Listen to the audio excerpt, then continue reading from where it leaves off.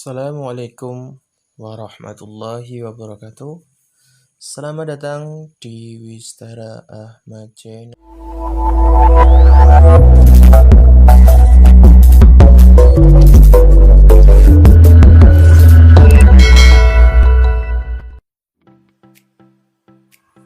Assalamualaikum warahmatullahi wabarakatuh. Alhamdulillah, pada kesempatan kali ini kita bisa bertemu kembali pada mata pelajaran fikih kelas 7 semester Kasal. Anak-anak kelas 7, bagaimana kabarnya hari ini? Alhamdulillah, luar biasa.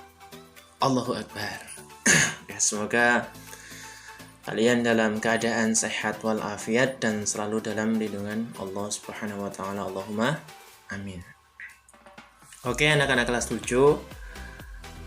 Pada kesempatan kali ini kita masuk di pembahasan baru, yaitu di bab 3, sholat fardu 5 waktu sebagai bentuk karakter di disiplin. Ya. Namun sebelum kita memasuki pembahasan di bab 3 ini, ya, saya ingatkan kembali bagi anak-anak yang belum subscribe, silakan klik subscribe terlebih dahulu dan jangan lupa klik tombol notifikasi, ya, klik tombol lonceng, ya, agar nanti kalian bisa memperoleh notifikasi pembelajaran berikutnya. Dan apabila nanti, ya, bila video ini bermanfaat, ya, silahkan klik like dan juga share ke teman yang lainnya agar teman-teman yang lain, ya, bisa memperoleh manfaat dari video pembelajaran kita kali ini.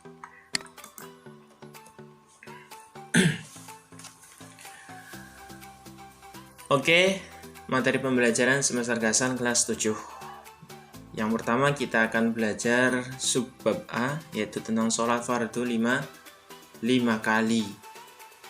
Ya. Silakan siapkan semangat untuk mengikuti pembelajaran kali ini sampai akhir nanti, ya. Oke. Marilah kita buka pembelajaran pada kesempatan kali ini dengan membaca basmalah bersama. Bismillahirrahmanirrahim. Silakan tulis materi pembelajaran kali ini, ya. Catat materi pentingnya. Subbab A yaitu tentang sholat fardu 5 kali.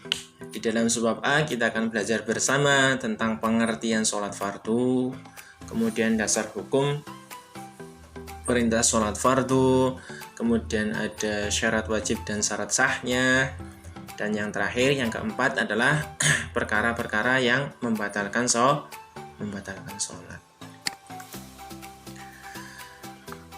Oke, ini adalah peta kompetensi, ya, seperti biasa. Ini di depan adalah tentang KD pengetahuan, ya, menganalisis ketentuan sholat fardu 5 waktu, kemudian dilanjutkan dengan indikator, ya, 3.3.1 ini adalah indikatornya. Kemudian di sampingnya ini ada materi yang akan kita pelajari bersama, dan yang terakhir, ya, di sini adalah aktivitasnya. Oke, langsung saja kita menuju ke materinya. Sholat fardu 5 kali. Ya. Pengertian dari sholat fardu, ya, selama ini kita telah melakukan sholat fardu 5 kali dalam sehari semalam. Tahukah kita apa yang dimaksud dengan sholat? Secara bahasa, sholat adalah berdoa atau doa meminta kebaikan. Pengertian ini selaras dengan kandungan ayat Quran surat At-Taubah ayat 103 yang artinya, dan mendoalah untuk mereka, sesungguhnya doa kamu itu menjadi ketentraman jiwa bagi mereka, dan Allah Maha mendengar lagi Maha mengetahui.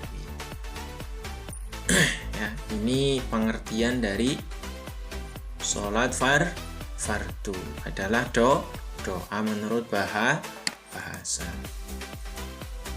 Sedangkan menurut istilah, sholat merupakan semua perkataan dan perbuatan tertentu yang dimulai dari takbir, ya, takbiratul ihram, dan diakhiri dengan salam.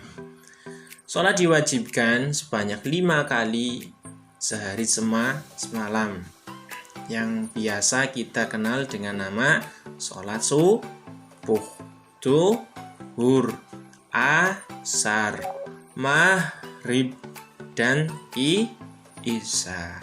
Ya. Sholat fardu wajib hukumnya bagi setiap orang muslim, baik muslim laki-laki maupun muslim perempuan, ya, yang berakal dan telah memasuki masa balik.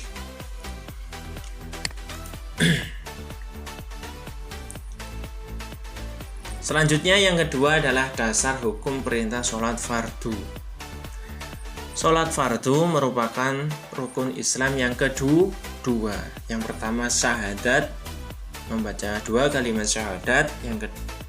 Yang pertama, kemudian yang kedua adalah sholat. Bahkan sholat menjadi penanda untuk membedakan antara orang yang kafir dan muslim. Oleh karena pentingnya kedudukan sholat bagi setiap muslim, banyak ayat-ayat Al-Quran yang menegaskan perintah untuk melaksanakannya. Ya, yang namanya sholat itu sebagai pertanda antara orang kafir dan orang muslim. Kalian muslim apa kafir? Kalau muslim, berarti kalian sudah melaksanakan sholat 5 waktu. Sudah belum? Kalau belum, silahkan, ya, laksanakan perintah sholat 5 waktu.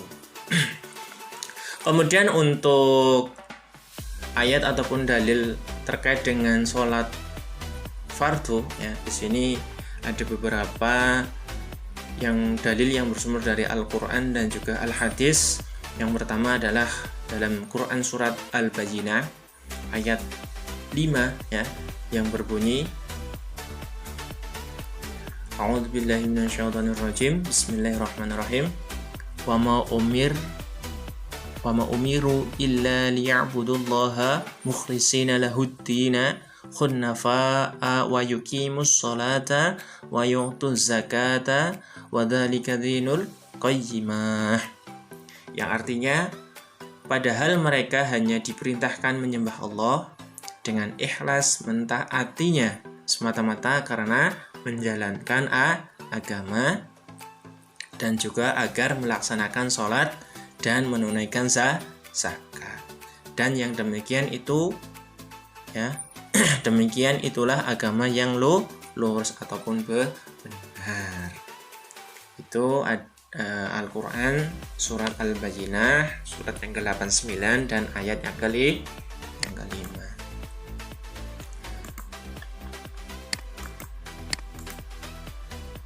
Berikutnya, dalam Quran surat Al-Hajj ayat 78, yang artinya, maka laksanakanlah sholat dan tunaikanlah zakat dan berpegang teguhlah kepada agama Allah.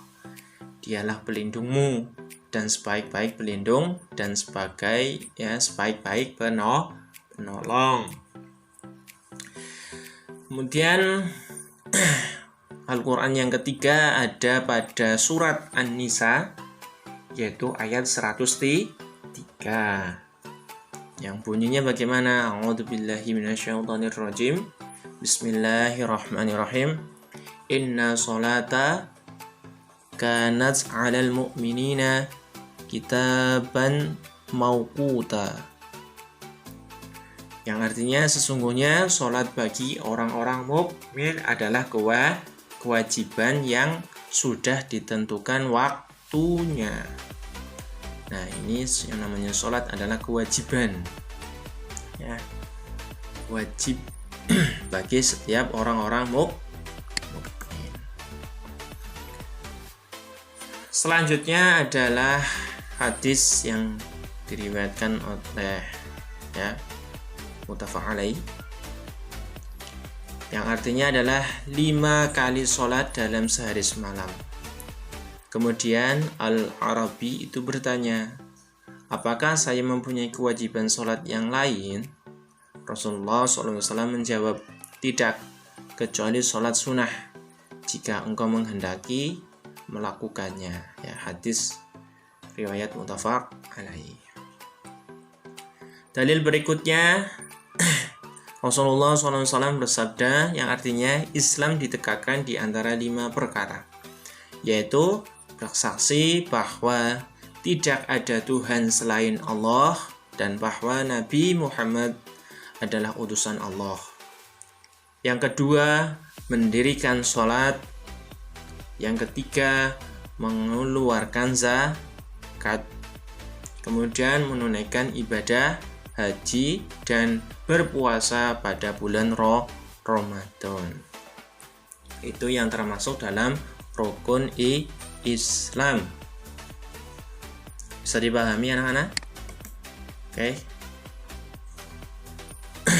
Yang ketiga adalah syarat wajib dan syarat sah sholat. Yang pertama adalah syarat wajib sholat. Ya. Syarat wajib sholat. Yang pertama adalah beragama Islam, baik laki-laki maupun perempuan. Yang kedua, telah memasuki akil baligh. Ya, namun bagi anak-anak yang melaksanakan tetap sah sholatnya.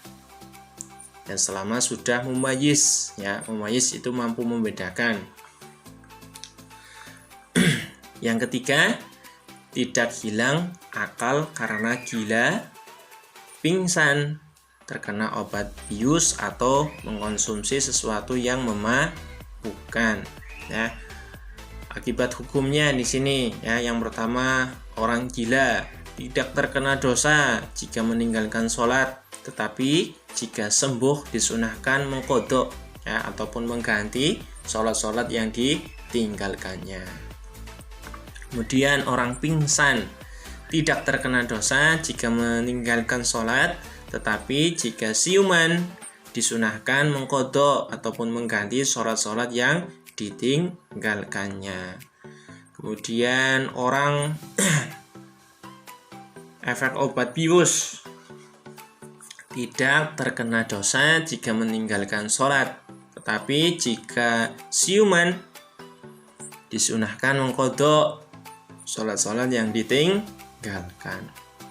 Kemudian orang mabuk, ya, juga seperti itu, ya, tidak terkena dosa, ya, jika meninggalkan sholat, tetapi apabila efek mabuknya, ya,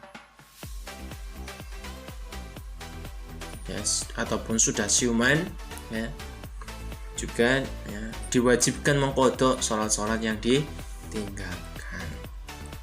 Itu adalah 3 syarat wajib sholat.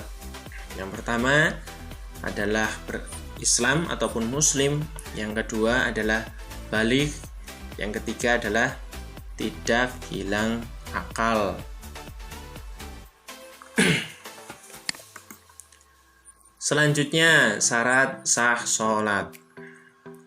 Syarat sah sholat yang pertama adalah beragama Islam, baik laki-laki maupun perempuan. Yang kedua adalah mumayyiz. Mumayyiz, ya, dapat membedakan antara sesuatu yang bersih dan kotor, baik dan buruk, menguntungkan dan merugikan, dan seterusnya. Yang ketiga, tidak hilang akal. Yang keempat, masuk waktu sholat. Yang kelima, suci dari hadas kecil maupun hadas besar. Yang keenam, suci dari najis baik mukhaffafah, mutawasito, dan najis mughalladah. Yang ketujuh, menutup aurat.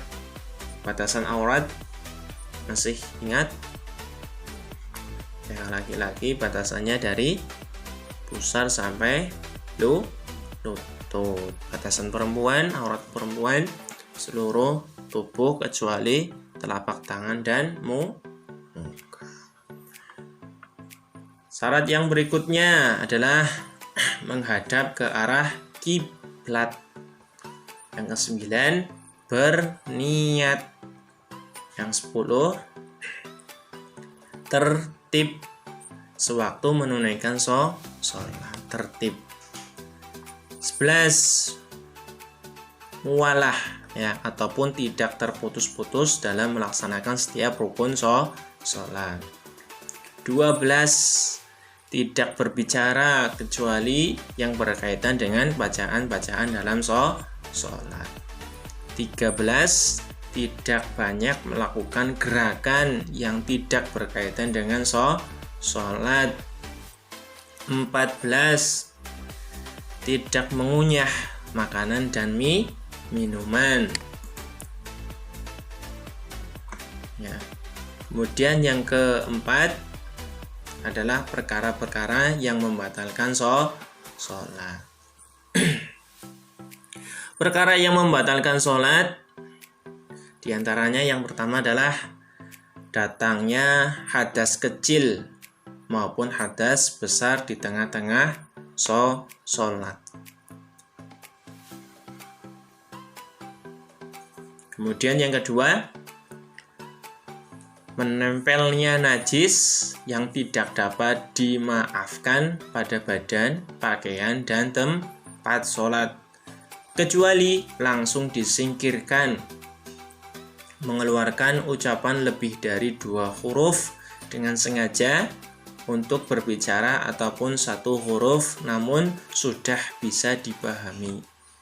Contoh, ya, jangan berdiri, duduk, dan seterusnya ya.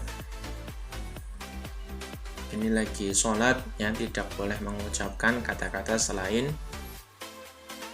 doa pada saat sholat ya, ataupun lafal-lafal yang diucapkan ketika sholat. Kemudian yang keempat adalah ya, ini 2, kemudian mengeluarkan ucapan ketiga. Kemudian yang keempat, tertawa lebar ketika dalam sholat. Itu membatalkan sholat. Yang kelima, makan dan minum meskipun hanya sedikit. Ya, makanya pada saat sholat itu berkumur terlebih dahulu agar kotoran yang ada di dalam mulut itu hilang. Kemudian yang keenam, murtad ketika dalam sholat. Yang ketujuh, gila ketika dalam sholat. 8, berpaling dari arah kiblat. 9, tersingkapnya pakaian sehingga terbuka auratnya. Jadi diperhatikan pada saat sholat ya, pakaian itu tidak boleh yang ngepres, khususnya yang laki-laki ya. Pada saat sholat pakaiannya jangan yang ngepres, nanti pada saat ketika ruku ataupun sujud ya, bagian belakang tidak kelihatan, bagian belakang aurat ya. 10, meringkas rukun sholat ya, seperti ruku dan i'tidal ya, dijadikan satu sehingga dari rukun langsung sujud, itu tidak boleh. 11, ragu terhadap niat yang telah dilakukan ya, misalkan sholat duhur ya, niatnya melafalkan niat sholat asar, itu tidak boleh. 12, mengubah niat dari sholat fardu menjadi sholat yang lainnya, misalkan sholat duhur niatnya diganti dengan sholat gerhana ataupun yang lainnya, itu tidak boleh. 13, ya, niat keluar dari sholat sebelum sempurna semua rukun-rukunnya, itu membatalkan. 14 bimbang dalam sholat, apakah akan meneruskan ataupun membatalkannya. 15 mengantuk, membatalkan sholat pada suatu perkara. Contohnya dalam sholat mengatakan, jika haid datang saya akan membatalkan sholat. Nah, itu contoh dari perkataan yang bisa membatalkan sholat. 16 sengaja meninggalkan salah satu rukun sholat. Nah, rukun sholat ditinggalkan, misalkan tidak membaca surat Al-Fatihah, itu sholatnya batal.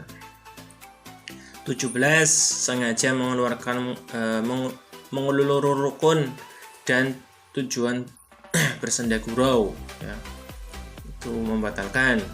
18 mencampur aduk rukun sholat, ya, contoh mendahulukan rukun tertentu dan mengakhirkan yang lain di luar ketentuan. 19 bermakmum pada orang yang sholatnya tidak sah, itu membatalkan, seperti ya makmum kepada orang kafir. 20 sengaja memanjangkan rukun yang pendek. 21 mendahului ataupun meninggalkan dua rukun yang berupa perbuatan fi'li yang dilakukan imam tanpa uzur. 22 mengucapkan salam sebelum waktunya. 23 mengucapkan takbiratul ihram kedua kalinya dengan niat memperbaharui sholat. 24 dengan sengaja kembali duduk tasyahud awal pada saat sudah dalam kondisi berdiri. Ya, ini adalah hal-hal yang membatalkan sholat. Oke, selanjutnya adalah evaluasi. Silakan kalian kerjakan, selesaikan di buku masing-masing. Ada 5 soal, silakan dikerjakan. Oke, ini pembelajaran kita pada pertemuan kali ini, ya. Dan apabila ada sesuatu yang ganjal ataupun ingin ditanyakan, silakan bisa ditanyakan di kolom komentar ataupun bisa langsung chat via WhatsApp. Dan apabila pembelajaran kali ini bermanfaat, jangan lupa klik tombol like dan share ke teman yang lainnya agar mereka pun memperoleh manfaat dari pembelajaran kita kali ini. Dan marilah kita tutup pembelajaran kali ini dengan membaca hamdalah bersama. Alhamdulillahirabbil alamin. Oke, wassalamualaikum warahmatullahi wabarakatuh.